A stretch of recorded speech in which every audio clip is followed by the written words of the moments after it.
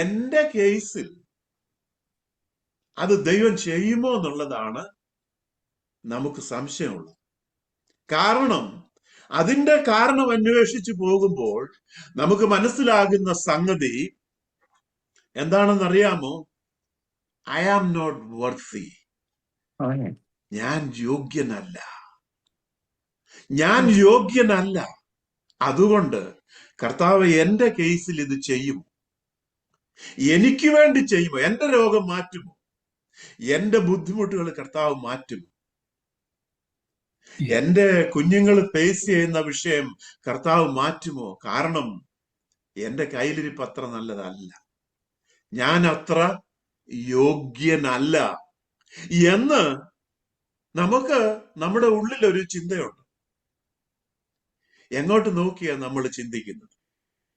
നമ്മൾ ചിന്തിക്കുന്നത് മുഴുവൻ നമ്മുടെ ശരീരത്തിലോട്ട് നോക്കിയാ, നമ്മൾ ചിന്തിക്കുന്നത് മുഴുവൻ നമ്മുടെ ആക്ഷനിലേക്ക് നോക്കിയ, പ്രവൃത്തികളിലോട്ട് നോക്കിയ, നമ്മൾ ചിന്തിക്കുന്നത് മുഴുവൻ നമ്മുടെ ഹോളിനെസ്സിലേക്ക് നോക്കിയ, നമ്മുടെ വിശുദ്ധിയിലേക്ക് നോക്കിയ, നമ്മുടെ പെർഫോമൻസിലേക്ക് നോക്കിയ, നമ്മുടെ ചിന്താമണ്ഡലത്തിലേക്ക് നോക്കിയ.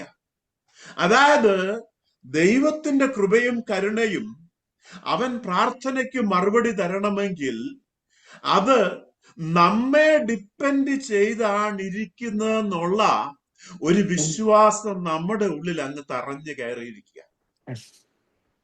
നമ്മുടെ നല്ല വശങ്ങളും ഗുണഗണങ്ങളും, നമ്മളുടെ പുണ്യപ്രവൃത്തികളും സൽപ്രവൃത്തികളും വിശുദ്ധിയും, നമ്മുടെ ആക്ഷൻസും പെർഫോമൻസും ഹോളിനെസ്സും ഒക്കെയാണ് ദൈവത്തിന്റെ മറുപടി തരുന്നതിന് അർഹമായിരിക്കുന്നതെന്നുള്ള ഒരു ചിന്ത നമ്മളിൽ രൂഢമൂലമായിരിക്കുന്നത് കൊണ്ട് നമ്മൾ ഒരു കാലത്തും യോഗ്യരാകാൻ പോകുന്നില്ല, അല്ലെ?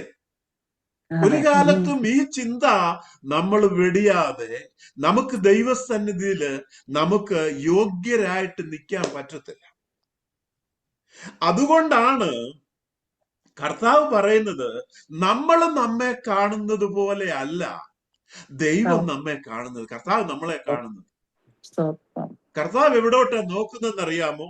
സകല ന്യായവിധിയും നമുക്ക് വരേണ്ടതായ നമ്മുടെ കുറവുകളും കുറ്റങ്ങളും പാപങ്ങൾക്കും തക്കവണ്ണം നമുക്ക് ലഭിക്കേണ്ടിയിരുന്ന സകല ശിക്ഷകളും അവൻ ഉയർത്തപ്പെട്ടപ്പോൾ അവനിലേക്ക് അവൻ ആകർഷിച്ചെടുത്തു.